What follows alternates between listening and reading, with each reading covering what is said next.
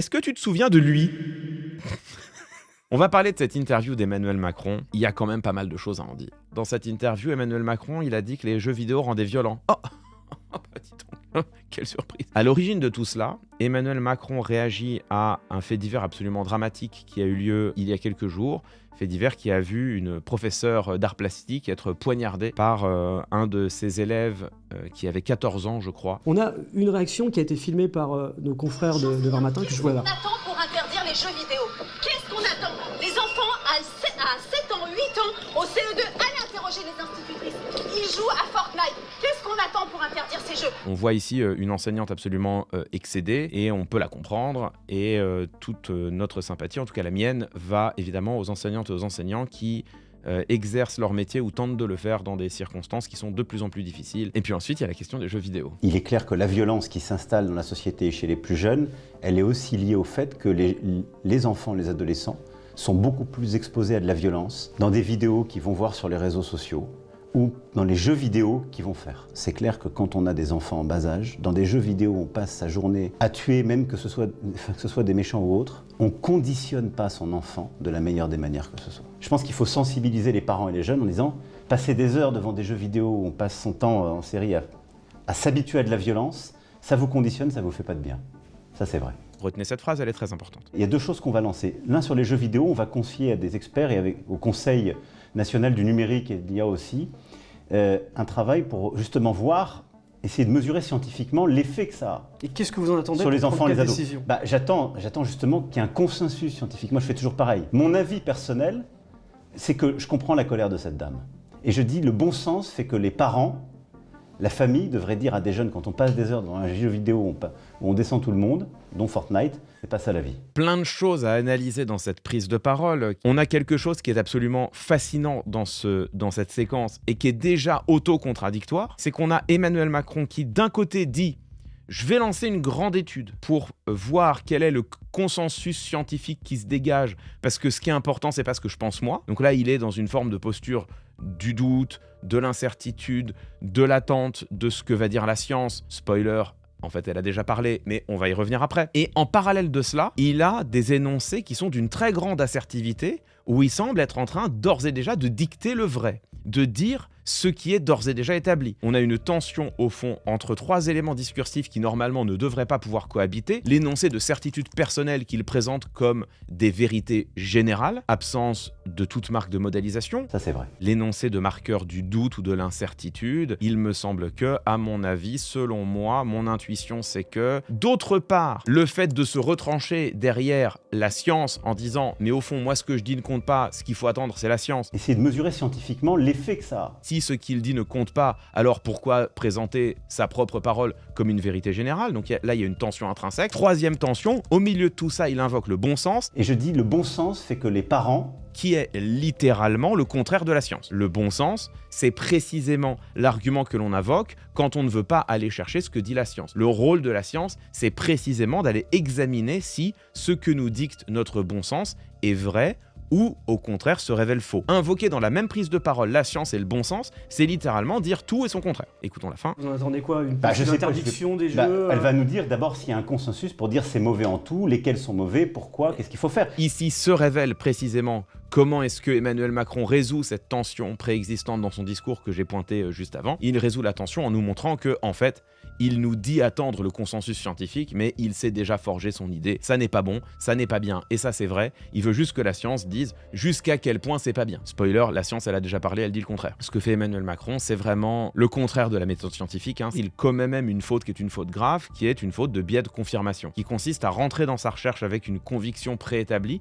et d'aller conduire sa recherche pour y trouver la confirmation de ce qu'on pensait au départ. Et évidemment, c'est pas comme ça qu'on fait de la recherche. On rentre dans la recherche avec des hypothèses et pas des convictions.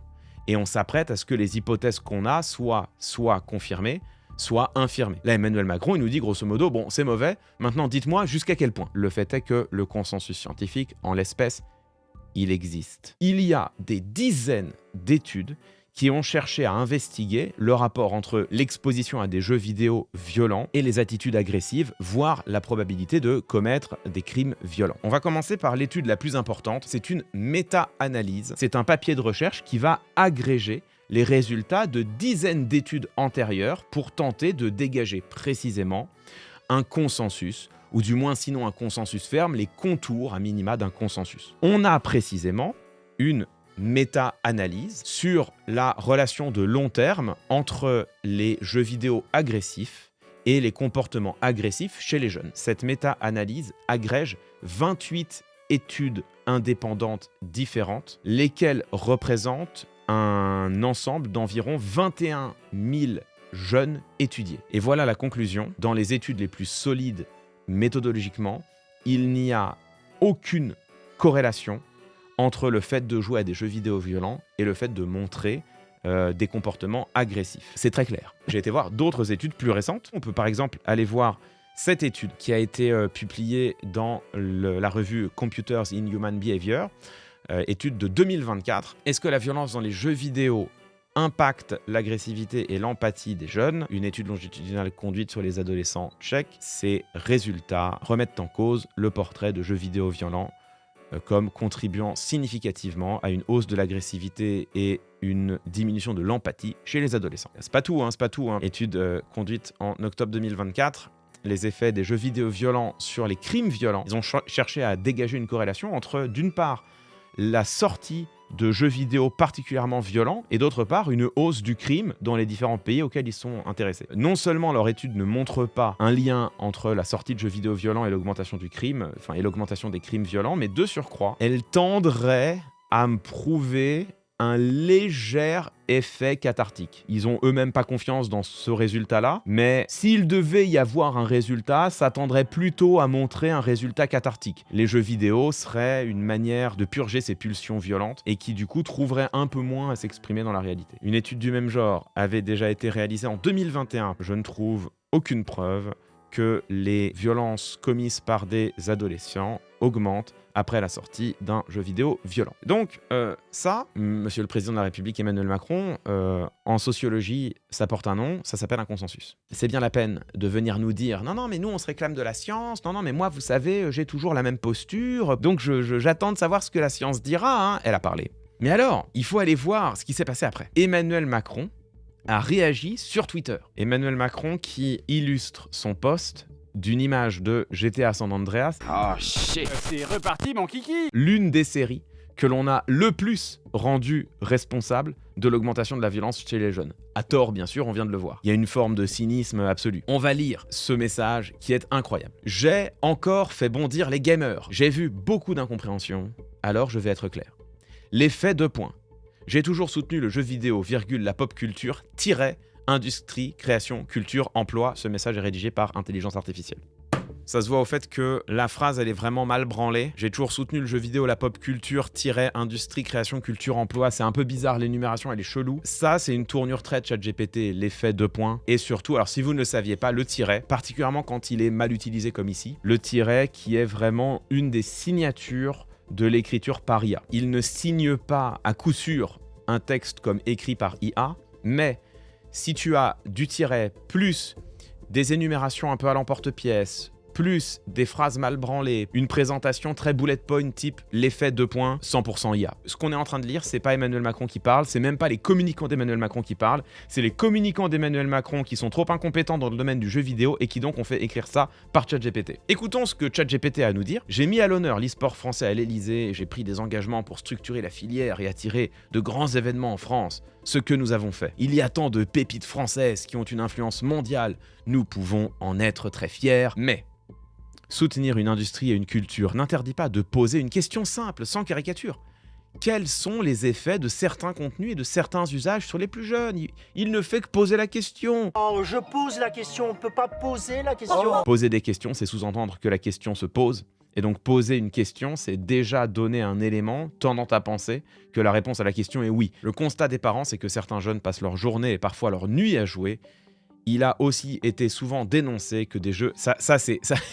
L'utilisation du passif dans cette phrase, c'est 100% ChatGPT. Il a aussi souvent été dénoncé que des jeux classés Peggy 18 sont joués par des enfants. Là, t'entends ChatGPT qui t'écrit « Il y a là un sujet majeur de santé publique d'éducation et de responsabilité. Il te dit avant, non mais nous, on pose juste une question simple. 2 paragraphes plus tard, il y a là un sujet majeur de santé publique, d'éducation et de responsabilité. Bah si c'est un sujet majeur, du coup tu te poses pas des questions, tu y as déjà répondu. En l'occurrence d'une manière anti-scientifique. Pour la santé physique, les yeux en particulier et la santé mentale. Quand un jeune ne sort plus du tout car il joue abusivement, bien sûr que cela inquiète et nous devons nous en saisir. Alors bon, ça, on peut effectivement se poser des questions, mais là c'est pas de ça qu'il parle. Ce que j'ai annoncé chez Brut, en réponse à cette enseignante qui criait sa colère, ce n'est pas l'interdiction des jeux vidéo, c'est le lancement d'un travail scientifique collégial pour regarder la réalité en face. J'ouvre un débat sérieux, informé et apaisé que je souhaite loin des raccourcis. Le frérot, il a ouvert un débat sérieux, informé et apaisé en le souhaitant loin des raccourcis, en faisant lui-même des raccourcis. Souvenez-vous des phrases que je soulignais tout à l'heure dans son interview initiale. Le bon sens, les enfants, les adolescents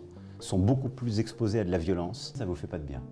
Ça, c'est vrai. Quand tu dis ça, tu n'ouvres pas le débat, tu n'ouvres certainement pas un débat sérieux, informé et apaisé, tu crées des raccourcis. Et il se trouve que les scientifiques, en l'espèce, se sont déjà exprimés. Le consensus scientifique, c'est qu'il n'y a pas de lien entre les jeux vidéo violents et le fait d'avoir des comportements violents ou agressifs chez les jeunes.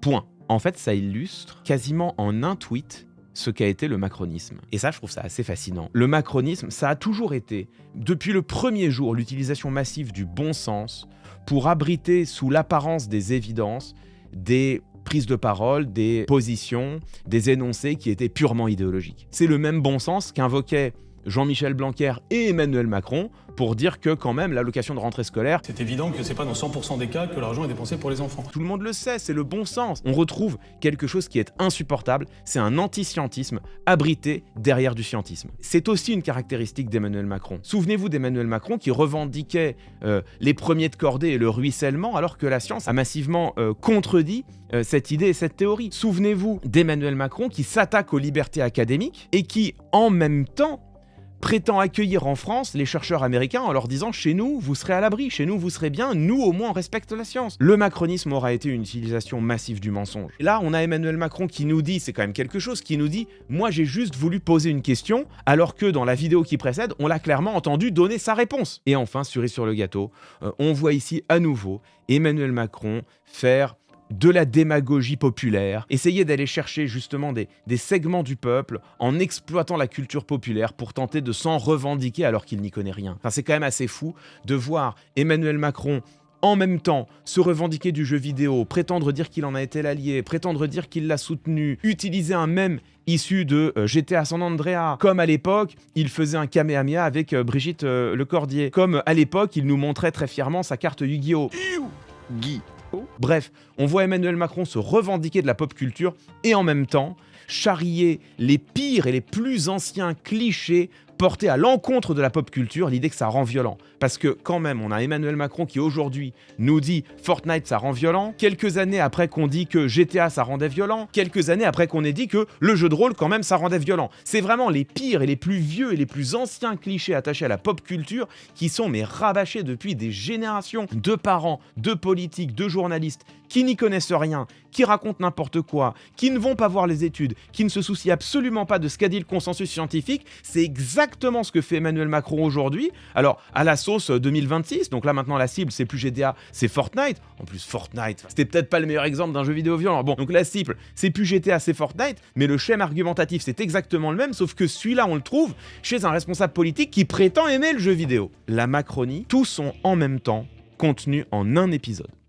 Il reste une dernière séquence que j'aimerais examiner avec vous. Vous allez voir que c'est encore mieux ou encore pire, je ne sais pas. D'ailleurs, abonne-toi à YouTube pour toujours plus de séquences, toujours plus agaçantes. C'est ici que ça se passe. Donc, Emmanuel Macron qui réagit à une trend TikTok, qui est une trend pour le critiquer. Donc c'est la trend dans la France à Macron. C'est pas tout à fait anodin. Mais si j'allume le chauffage, ça va vraiment me coûter une blinde, je peux pas. La France de Macron, c'est chaud. Je vois que des TikTok passer de personnes qui cherchent du travail, mais qui arrivent pas à en trouver. Non, c'est pas vrai, c'est le moment de mettre le plein. En plus, ma voiture, c'est une essence, c'est encore plus cher. Bon, allez hop, il me reste une barre, je vais rouler avec ça. Tant pis si je tombe en panne.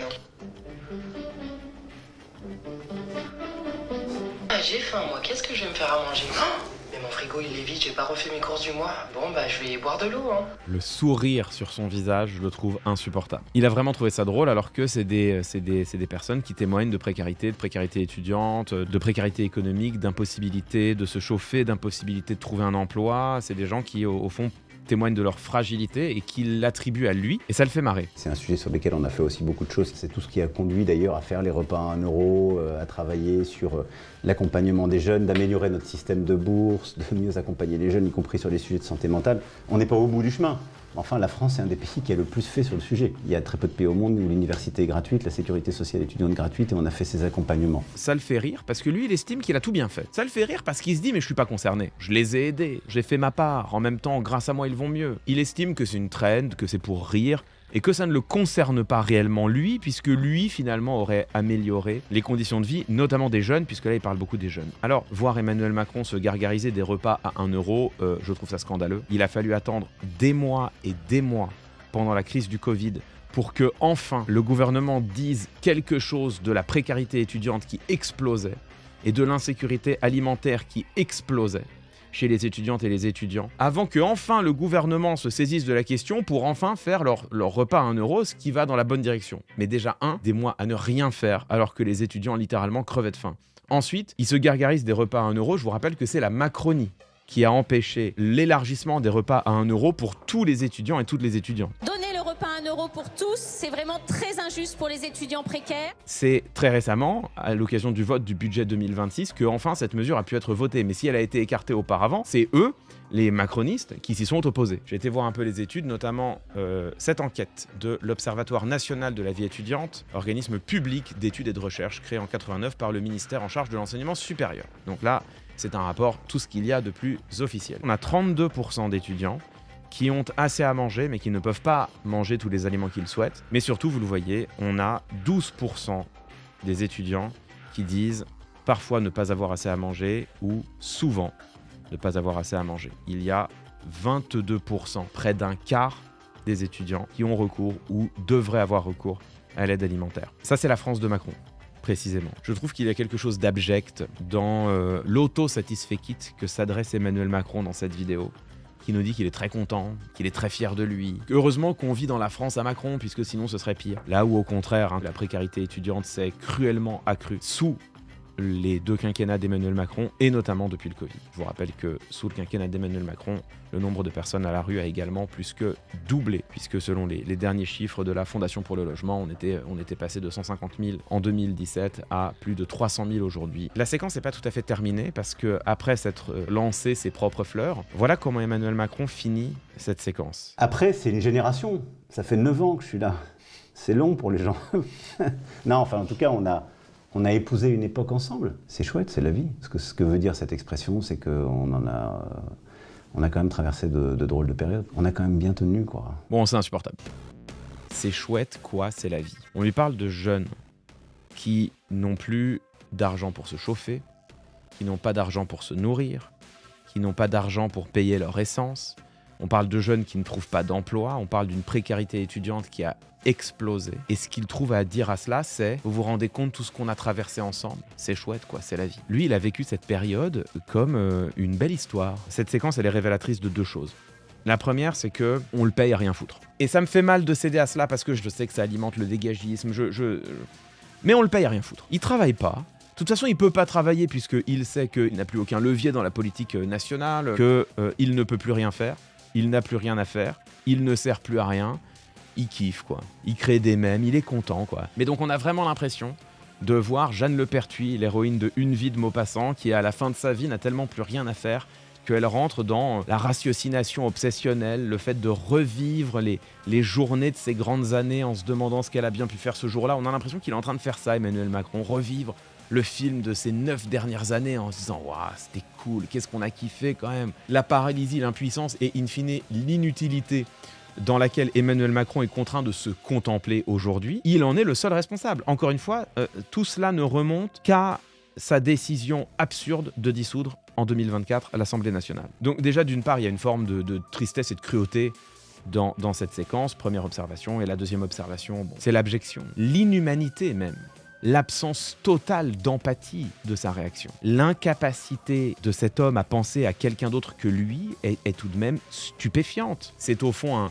un cliché que de le dire et de le répéter aujourd'hui. Il est incapable de se connecter à quelqu'un d'autre que lui-même. Il est incapable de penser à quelqu'un d'autre que lui-même. Il est incapable d'appréhender le monde ailleurs qu'à partir de son propre point de vue, celui d'un mec qui kiffe. Et évidemment, de la part de celui qui normalement aurait à se soucier de ses administrés, des Françaises et des Français, de celui qui leur a imposé d'ailleurs tant de sacrifices. C'est quand même sous Emmanuel Macron que les personnes au chômage ont perdu une grande partie de leurs indemnités. C'est quand même sous Emmanuel Macron que les personnes qui touchaient des APL en touchent moins. C'est quand même sous Emmanuel Macron que des travailleurs ont dû travailler 1 an et demi de plus. C'est quand même sous Emmanuel Macron que des personnes qui bénéficiaient de l'aide médicale d'État en ont été exclues. C'est sous Emmanuel Macron que des étudiants étrangers se sont vus soudain imposer des frais de scolarité 15 fois supérieurs à ce qu'ils étaient auparavant.